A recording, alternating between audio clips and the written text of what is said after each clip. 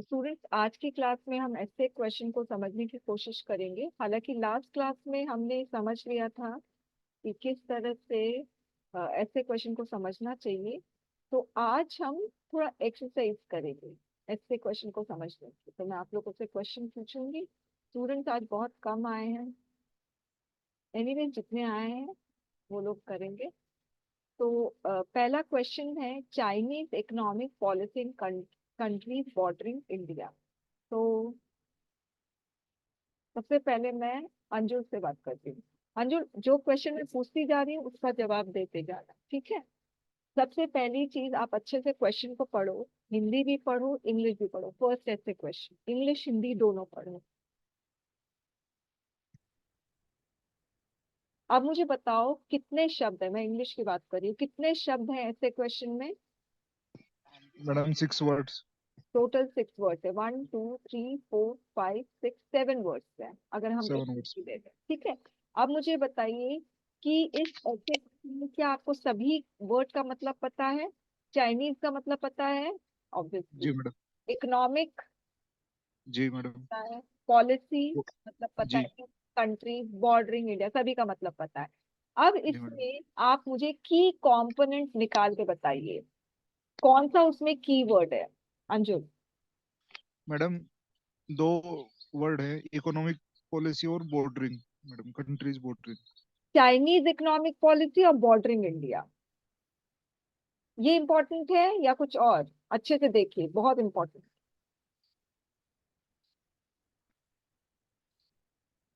Madam, India लग रहा है। एक इंडिया है और इकोनॉमिक पॉलिसी मैडम। और बस मैडम, यही लग रहा आप अच्छे से नहीं पढ़ रहे हो। सोचिए, सिर्फ 7 वर्ड्स है, उस 7 वर्ड्स में भी आप कीवर्ड्स नहीं निकाल पा रहे हो। अंजुल अच्छे से पढ़िए, हिंदी पढ़िए। भारत के सीमावर्ती देशों में चीन की आर्थिक नीति। तो इसमें अगर मैं हिंदी बोलूं तो हिंदी में भारत है, आर्थिक नीति है, और क्या है? है। सीमावर्ती देश madam, bordering countries. Very nice. सुनिए, सिर्फ भारत और आर्थिक नीति करोगे तो कुछ प्रॉब्लम है, इसका मतलब कि भारत की आर्थिक नीति ऐसा लगेगा। आपने चाइनीज को भी गोल कर दिया। जी मैडम। तो इसमें जो इम्पोर्टेंट है वो भारत है, सीमावर्ती देश है और आर्थिक नीति।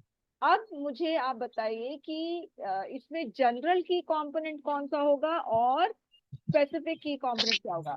जनरल की कंपोनेंट ऐसा की कंपोनेंट जिसके बारे में आप इंट्रोडक्शन और कंक्लूजन में लिखोगे, मेन बॉडी में इसके बारे में बात नहीं करोगे। स्पेसिफिक कंपोनेंट है जिसके बारे में आप मेन बॉडी में बहुत सारी बातें करोगे। फाइन। तो और एक और चीज, जनरल की कंपोनेंट ऐसा की कंपोनेंट है, यानी ऐसा कीवर्ड है ऐसे क्वेश्चन में जिसके अंदर बाकी सारे कीवर्ड अपने आप समा जाएंगे। ओके, इतना बड़ा है वो, उसका जो एस्पेक्ट है, उसका जो एक्सपेंस है वो बहुत बड़ा है। अब बताइए कौन सा जनरल की कंपोनेंट है और कौन सा स्पेसिफिक है?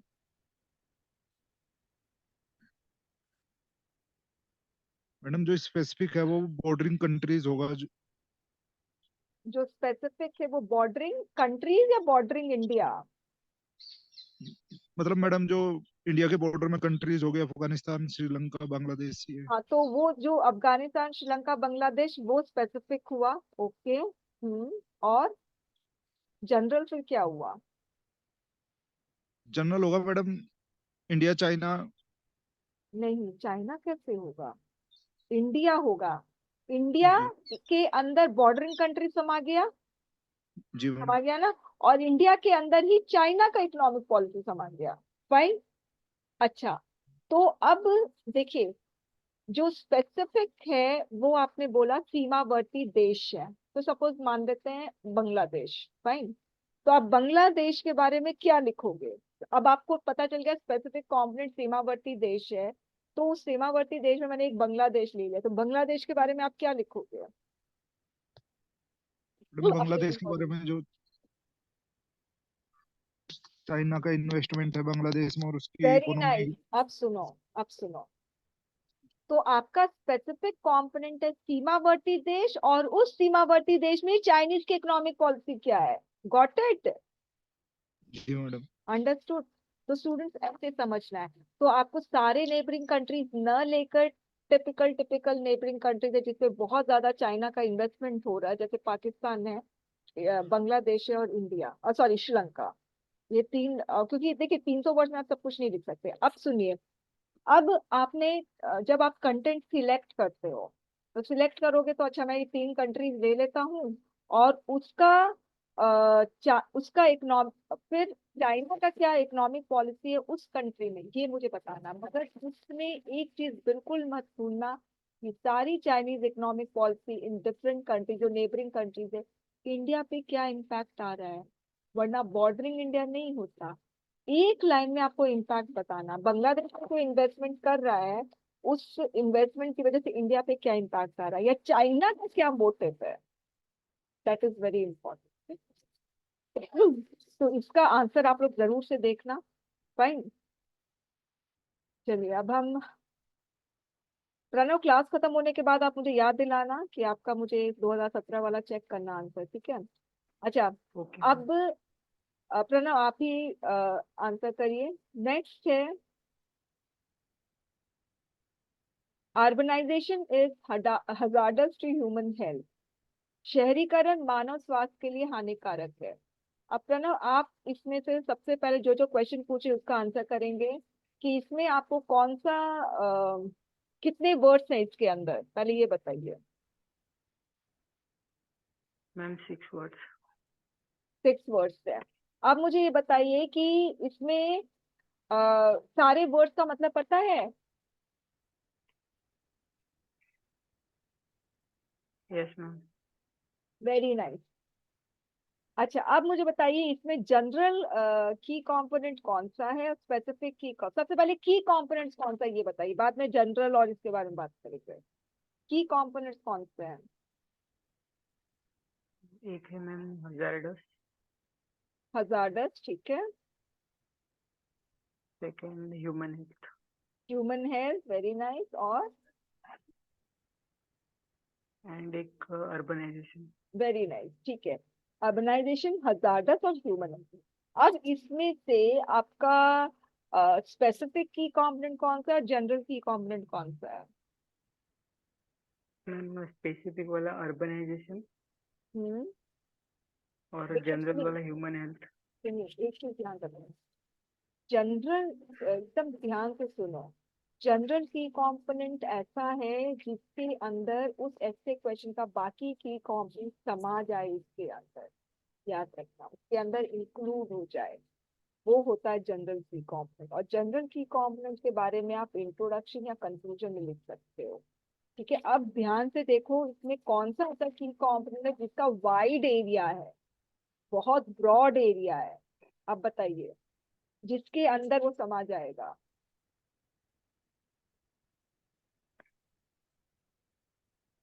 चलिए मैं एक और क्वेश्चन पूछती हूँ, क्या ह्यूमन हेल्थ के अंदर अर्बनाइजेशन समाएगा, या अर्बनाइजेशन के अंदर ह्यूमन हेल्थ समाएगा? मैम अर्बनाइजेशन के अंदर ह्यूमन हेल्थ समझ आएगी। Very nice. तो फिर की जनरल की कंपोनेंट कौन सा हुआ, कौन सा बड़ा हुआ, अर्बनाइजेशन बड़ा हुआ कि ह्यूमन हेल्थ बड़ा हुआ?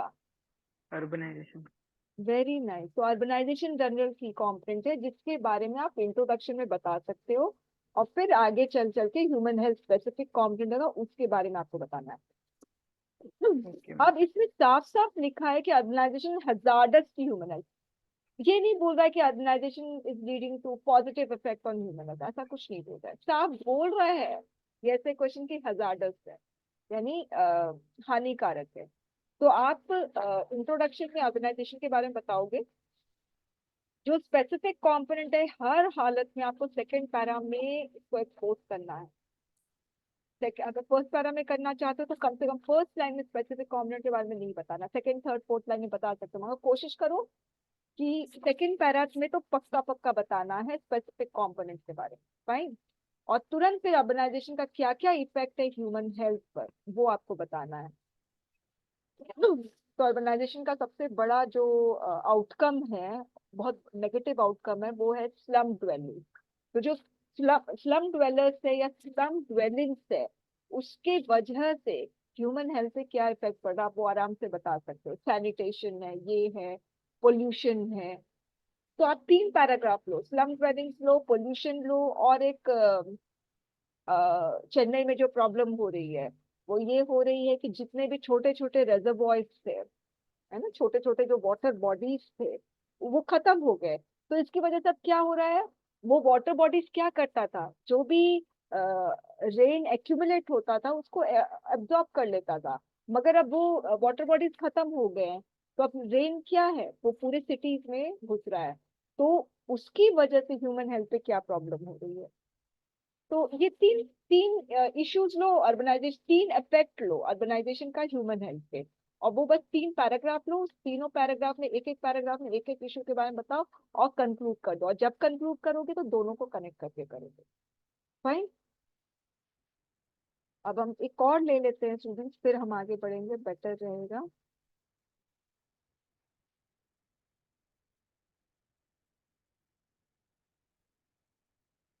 टू 2018 का मैं ले रही हूँ।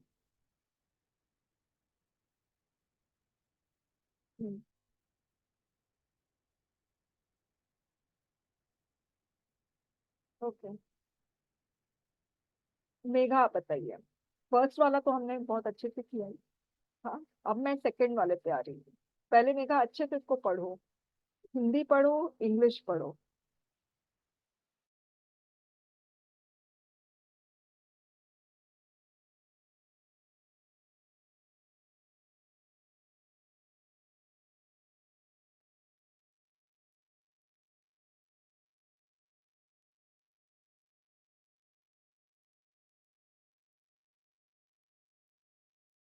हाँ मेघा, पढ़ लिया।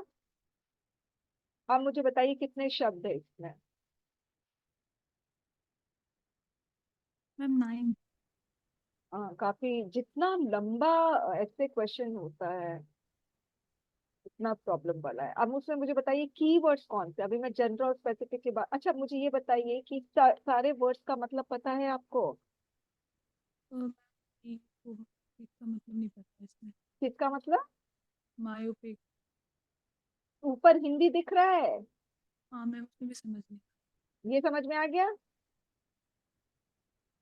क्या। ठीक है। तो स्टूडेंट्स, अगर हिंदी नहीं समझ में आ रहा है इंग्लिश पढ़ो, इंग्लिश नहीं समझ में आ रहा है हिंदी पढ़ो, अगर फिर भी नहीं समझ में आ रहा तो वो क्वेश्चन अटेम्प्ट मत करो। Very simple. ओके, ठीक है। तो फार्म वेवर, फार्म वेवर की हिंदी कहाँ पर है, कृषि संबंधी छूट, ये फार्म वेवर यानी लोन को वेव ऑफ कर देना। पॉपुलिस्टिक यानी लोक लुभावन, यानी लोगों को अट्रैक्ट करने के लिए, मगर वो अदूरदर्शी है। इसका मतलब कि लॉन्ग लास्टिंग नहीं है। वेरी नाइस, हाँ, इसका लॉन्ग टर्म इफेक्ट नहीं है। और नित, तो इसी की वजह से इस ऐसे क्वेश्चन में साफ बोल रहा है कि जो लोन माफ कर देते हैं ना कृषि का, आई मीन जो कृषि गण है उनका लोन माफ कर देते हैं, वो सिर्फ कृषियों को ना अट्रैक्ट करने के लिए है, लुभाने के लिए है। और इन इसका लॉन्ग लास्टिंग इम्पैक्ट, जो पॉजिटिव इम्पैक्ट पड़ेगा वो नहीं पड़ेगा। इसीलिए हमें नीतिगत परिवर्तन की आवश्यकता है। अब मुझे बताइए कि इसमें जनरल की कंपोनेंट कौन सा है, सबसे पहले जनरल की कंपोनेंट बताइए।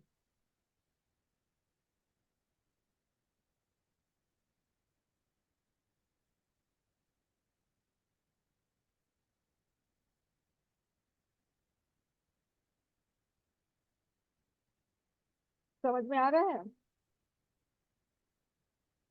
No ma'am. चलो स्पेसिफिक समझ में आ रहा है। Specific ma'am. मैम जनरल में स्ट्रेटजी चेंज नीडेड के बारे में बताओ। अच्छा, स्पेसिफिक बताओ पहले, specific. Ma'am farm waiver. Farm waiver specific है, अच्छा। और और मैम ये पॉपुलिस्टिक। स्पेसिफिक है, और एंड मैम मायोपिक। स्पेसिफिक है, ठीक है। अच्छा, सपोज आप फार्म वेवर को स्पेसिफिक ले रहे हो, ठीक है, तो आप पता है, तो फिर आप क्या क्या बताओगे? फार्म वेवर कुछ भी पता है? देखा, नो थोड़ा सा भी नहीं पता है, हल्का फुल्का। मैम, एक्चुअली मुझे फार्म वेवर का मतलब एग्जैक्ट समझ नहीं आ रहा। हिंदी देखो, हिंदी में मतलब देखो पहले, इसका मतलब क्या है? मैम कृषि ये का मतलब क्या है? मैम वो लोन माफ करने से रिलेटेड कुछ है हाँ क्या? हाँ, ठीक है, आप सुनो, थोड़ा सा भी पता तो बताती हूँ। अगर सपोज आप फार्म वेवर को स्पेसिफिक कंपोनेंट बता रहे हो, तब पता है आप कहाँ से शुरू करोगे? मतलब आप बहुत, मेरे ख्याल से, मुझे ध्यान नहीं आ रहा है, मगर आप तब से शुरू करोगे जब से फार्म मतलब क्या बोलते हैं, लोन को, किसानों के लोन को माफ करना शुरू किया गया, तब से शुरू करोगे। कितना लोन माफ, अगर आप इसको स्पेसिफिक कंपोनेंट मान रहे हो तो कितना लोन माफ किया गया, ठीक है? फिर उसके बाद कौन कौन सा ऐसा स्टेट है जहां पे लोन को माफ किया गया? कौन कौन से फार्मर्स के लोन को माफ किया गया? फाइन। तो आप इसकी पूरी हिस्ट्री बताना शुरू कर दोगे अगर इसको स्पेसिफिक मानोगे तो। एक्चुअली फार्म वेवर है ना, ये जनरल की कंपोनेंट है, जिसके अंदर स्पेसिफिक यानी पॉपुलिस्टिक, मायोपिक उसके अंदर आ जाता है। स्ट्रैटेजी चेंज नीडेड, ये भी फार्म वेवर के अंदर आ जाएगा। आपको इंट्रोडक्शन में फार्म वेवर के बारे में, या आप अपने इंट्रोडक्शन में एग्रीकल्चर से शुरू कर सकते हो, या आप फार्मर से शुरू कर सकते हो। फार्मर से शुरू कर करके फिर आप फार्म वेवर पे आ सकते हो कि उनका लोन माफ करने का। लोन माफ नहीं कर रहे हैं तो कृषि लोग प्रोटेस्ट कर रहे हैं, प्रोटेस्ट कर रहे हैं तो लोन माफ कर रहे हैं। मगर उसके बाद सेकंड पैराग्राफ में किस तरह से ये पॉपुलिस्टिक है, ये बताना है। महाराष्ट्र के लोगों को लगा कि हरियाणा के किसानों का लोन माफ हो रहा है, तो भाई हमारा भी लोन माफ हो, ठीक है? तो ये क्या पॉपुलिस्टिक है, ये पॉपुलर हो रहा है अमंग जो फार्मर्स। मगर ये अदूरदर्शी क्या है? ये इकोनॉमिक स्लो डाउन करता है। कैसे स्लो डाउन करता है? गवर्नमेंट ने बोल दिया हमने इतना करोड़ का लोन माफ कर दिया, तो वो करोड़ कहाँ से आएंगे? कौन देगा? सरकार के ट्रेजरी से ही तो जाएंगे। Got it? जिससे सरकार का एक्सपेंडिचर बढ़ेगा, राइट? तो इसीलिए ये अदूरदर्शी है। हमें करना स्ट्रैटेजी चेंज नीडेड में अब क्या आएगा, ये स्पेसिफिक, क्या आपको सोल्यूशन बताना है जो बहुत जरूरी है। वो ये है कि जो फार्मर की रूट प्रॉब्लम है, रूट प्रॉब्लम क्या है? फार्मर की इनकम को बढ़ाना। कैसे बढ़ाएंगे? रूरल डेवलपमेंट करके, रूरल इंफ्रास्ट्रक्चर बना के हम फार्मर्स के इनकम को बढ़ा सकते हैं। जो गांव में जो रूरल इकोनॉमी है, उसको हम डाइवर्सिफाई कर सकते हैं। डाइवर्सिफाई करने का मतलब है हर एक विलेज में उनका अपना कॉटेज इंडस्ट्री होता है, तो उस कॉटेज इंडस्ट्री को हम लोग बढ़ावा एनकरेज कर सकते हैं, ताकि है ना, जब खेती नहीं हो रही हो तो फार्मर्स जो है कॉटेज इंडस्ट्री से अपना है ना आमदनी अपना ले सकते हैं। बहुत सारा है इसमें, बहुत सारा है। बेसिकली रूरल इकोनॉमी को डेवलप करना, तो ये सबसे बड़ी चीज है जिससे फार्मर्स का इनकम अच्छा हो सकता है। ओके, एग्रीकल्चर में ज्यादा इन्वेस्टमेंट करना, एग्रीकल्चर यूनिवर्सिटी खोलना, बहुत सारी चीजें हैं जिससे फार्मर्स का जो रूट प्रॉब्लम है वो खत्म हो जाएगा। Got it? चलिए अब हम एक लास्ट है।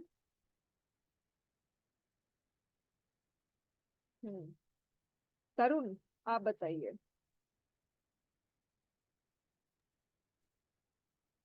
ये वाला, non performing parliament unhealthy trend in democracy, इसमें सबसे पहले कितने कीवर्ड्स हैं, सॉरी कितने वर्ड्स हैं, पहले ये देखिए, हिंदी में पढ़िए, इंग्लिश में पढ़िए।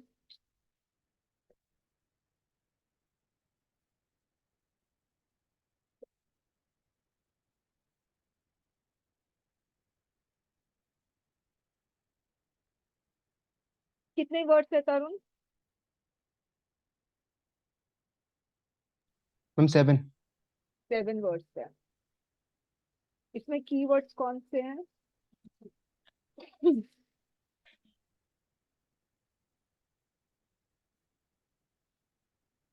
मैम नॉन परफॉर्मिंग पार्लियामेंट, हम्म, अनहेल्थी ट्रेंड और डेमोक्रेसी।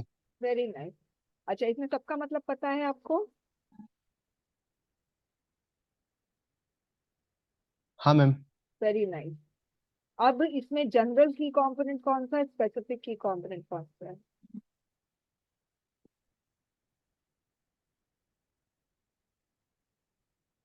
मैम जर्नल है मैम डेमोक्रेसी, हम्म। और मैम स्पेसिफिक है non performing parliament. Very very nice, perfect. Democracy के अंदर ही पार्लियामेंट आएगा।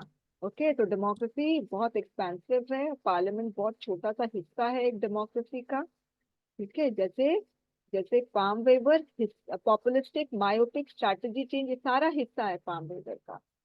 तो फार्म वेवर जनरल हो गया, ये जो हिस्सा है ना, ये हो गया स्पेसिफिक। तो नॉन परफॉर्मिंग पार्लियामेंट के बारे में आपको बताना, आप शुरुआत कर सकते हो, इंट्रोडक्शन डेमोक्रेसी से शुरू कर सकते हो किस तरह से पार्लियामेंट पार्लियामेंट एक हिस्सा है डेमोक्रेसी का, वो बताकर और सीधे सेकेंड पैराग्राफ से आप नॉन परफॉर्मेंस के बारे में बताओगे कि पार्लियामेंट कितना मतलब परफॉर्म ही नहीं कर रहा है, पार्लियामेंट अभी भी परफॉर्म नहीं कर रहा। ठीक है, तो आप इसको अच्छे से बता सकते हो सेकेंड पैराग्राफ में, और थर्ड पैराग्राफ पूरा कंटिन्यू, और हाँ उसको कनेक्ट करोगे ये कैसे अनहेल्दी ट्रेंड इन डेमोक्रेसी, सिर्फ एक लाइन बताना है। ठीक है, फाइन। चलिए, अब हम लोग का यहाँ पे ये खत्म हुआ है। अब नेक्स्ट जो सेशन होगा उसमें हम पढ़ेंगे कि कैसे हमें अच्छे लिखना चाहिए। Okay.